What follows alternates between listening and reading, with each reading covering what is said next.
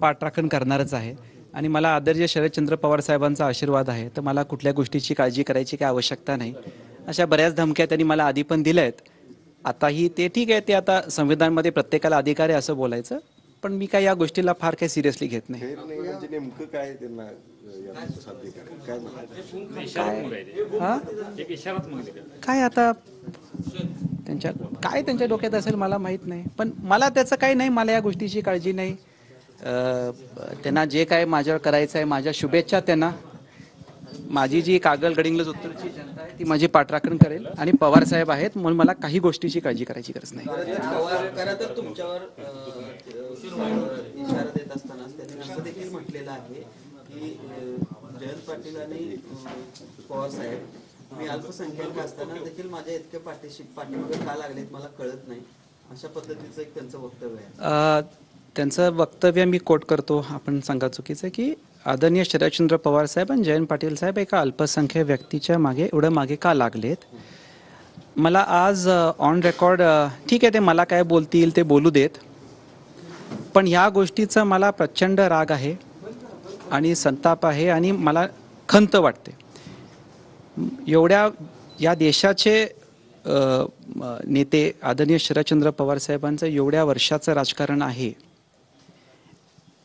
हे आधी कुठेही विरोधी पक्षाचे कुठल्याही नेत्यांनी का कुठल्याही पार्टीनी असं बोलायचं धाडस कधी त्यांच्यावर केलं नाही, चूक केली नाही, जी आज माननीय मुश्रीफ साहेबांनी केली आहे. आज मुश्रीफ साहेबांनी आदरणीय शरदचंद्र पवार साहेबांना वर जातीवादचा आरोप केलेला आहे. मी या गोष्टीचं पूर्ण निषेध करतो आणि मी माननीय मुश्रीफ साहेबांना ॲड्रेस करताना मी कधीही मुश्रीफ साहेबांना साहेब हा शब्द वापरतो. ज्या व्यक्तींनी तुम्हाला जेव्हा ही सगळी पदं दिली तेव्हा अल्पसंख्याचा विषय नव्हता.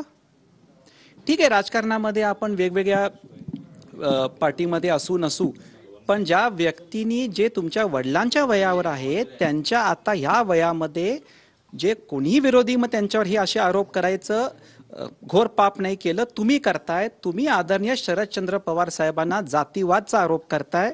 हे महाराष्ट्र आपल्याला माफ करणार नाही. पुरोगामी विचाराची चळवळ तुम्हाला माफ करणार नाही. आणि आजच्या माध्यमातून तुम्हाला समरजी घाटगेला काय बोलायचे तुम्ही बोला, पण शरदचंद्र पवार साहेबांना जे जातीवादचा तुम्ही आरोप केलाय त्याची तुम्ही जाहीर माफी मागितली पाहिजे. खरं तर त्यांनी हा आरोप केला की अल्पसंख्याक असल्यामुळे माझ्या मागे लागलेत का. मात्र नितेश राणेंनी जे वक्तव्य केलेलं होतं मशिदीत घुसून आम्ही मारू गरज पडली तर, त्यावर मात्र त्यांनी बोलणं टाळलं. मी याच्यावर बोलू इच्छित नाही असं म्हणाले. म्हणजे दोन विरोधाभास नाही, त्यांनी आज आदरणीय शरदचंद्र पवार साहेबांना डायरेक्टली टार्गेट केले. म्हणजे आज ठीक आहे, त्यांनी येऊन सभा घेतली, काय झालं त्याच्यामध्ये. भारतरत्न डॉक्टर बाबासाहेब आंबेडकरांनी संविधानामध्ये प्रत्येकाला अधिकार दिलाय ना. का तुम्हाला असं वाटतं की कागल माझी प्रायव्हेट प्रॉपर्टी झाली आहे म्हणून कोणी गैबी चौकात येऊन सभा घ्यायचं धाडस कसं करतं. तर ज्या माणसांनी तुम्हाला क्रिकेट त्यांनी आली सभा घेतली आणि त्यांनी आपले विचार मांडले, त्यांच्यावर तुम्ही आज हे डायरेक्ट पवार साहेबांना टार्गेट करायचं धाडस करताय. मी ह्या गोष्टीचा निषेध करतो. अल्पसंख्याकांचं आता नाव पुढं करून आता जातीय राजकारण चालू केलं असं वाटतंय का. जातीचं कार्ड त्यांनी काढलंय, आता काय त्याचं इम्पॅक्ट. शेवटी हा जातीचा कार्ड ईडीच्या रेडवेळी वापरला होता, आठवत असेल आपल्या सगळ्यांना. असे जेव्हा काही गोष्टी आव्हानाच्या येतात आणि त्यांना उत्तर द्यायचं नसते तेव्हा हे जातीचा कार्ड मला आठवते. तेव्हा ईडीच्या रेडच्या वेळी पण त्यांनी म्हटलंय का अल्पसंख्याक व्यक्तीवर आणि जाणून बुजून मला टार्गेट केलं जाते. पण त्याचं काय झालं पुढे. त्यांनी ह्या बाजूला आपल्या वडील पवार साहेबांना त्यांच्या ह्या वयामध्ये ज्यांनी त्यांना ही सगळी पदं दिली त्यांना सोडून ह्या बाजूला आले. म्हणजे ईडीचे सगळे ते आरोप बरोबर होते का असं त्यांनीच सिद्ध केले.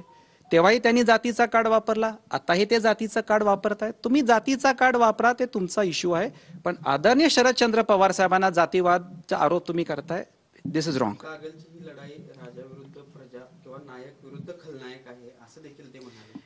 राजा विरुद्ध प्रजाचा असा विषय असेल तर 2009ला संभाजीराजे छत्रपती पण उभारले होते ना.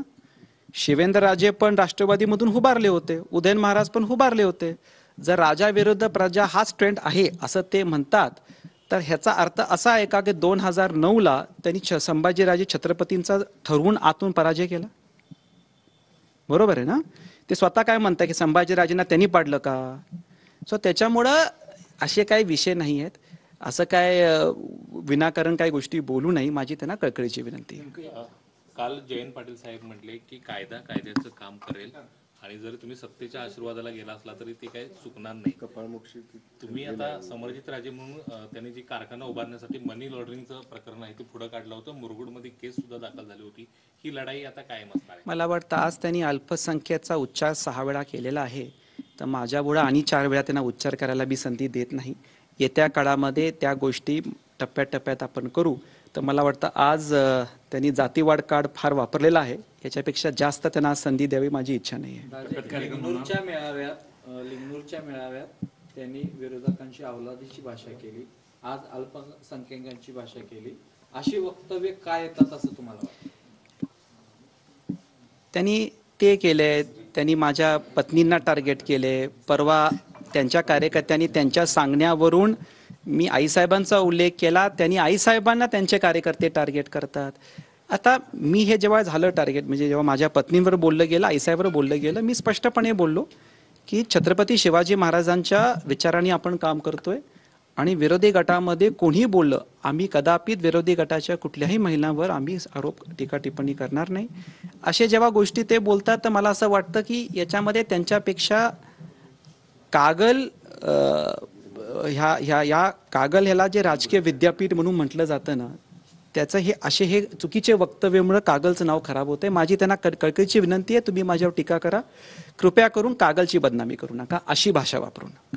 मुश्रीफ साहेबांच्या या स्टेटमेंटनंतर आता कागल विधानसभामध्ये खेळ रंगलाय असं वाटतंय का? आता तुम्ही विचारता कागल गडिंग्लज उत्तर विधानसभामध्ये भविष्य काळामध्ये जनतेला निर्णय घ्यायचा आहे आणि जनता त्याप्रमाणे निर्णय घेईल. मी कालच्या भाषणात बोललोय की कालच्या सभेमुळं विजय घोषित झाला असं बिलकुल म्हणू नका. परिवर्तनचा मुहूर्तमेढ आहे, आपल्याला 2 महिने काम करायचं आहे. समोर असलेलं जे प्रतिस्पर्धी आहेत, अनुभवही आहेत, 5 वेळा आमदार आहेत. मी काल त्याचे डिक्लेअर केलं की मी निकाल बिलकुल जाहीर करत नाही, पण असे जेव्हा वक्तव्य होतात तेव्हा माझं मत आहे स्वाभिमानी कागल गडिंग्लज उत्तर जनतेच्या स्वाभिमानाला ठेस पोचतो. तर माझी त्यांना कळकळीची विनंती आहे की असे वक्तव्य करू नका आणि फार स्ट्रेस असेल तर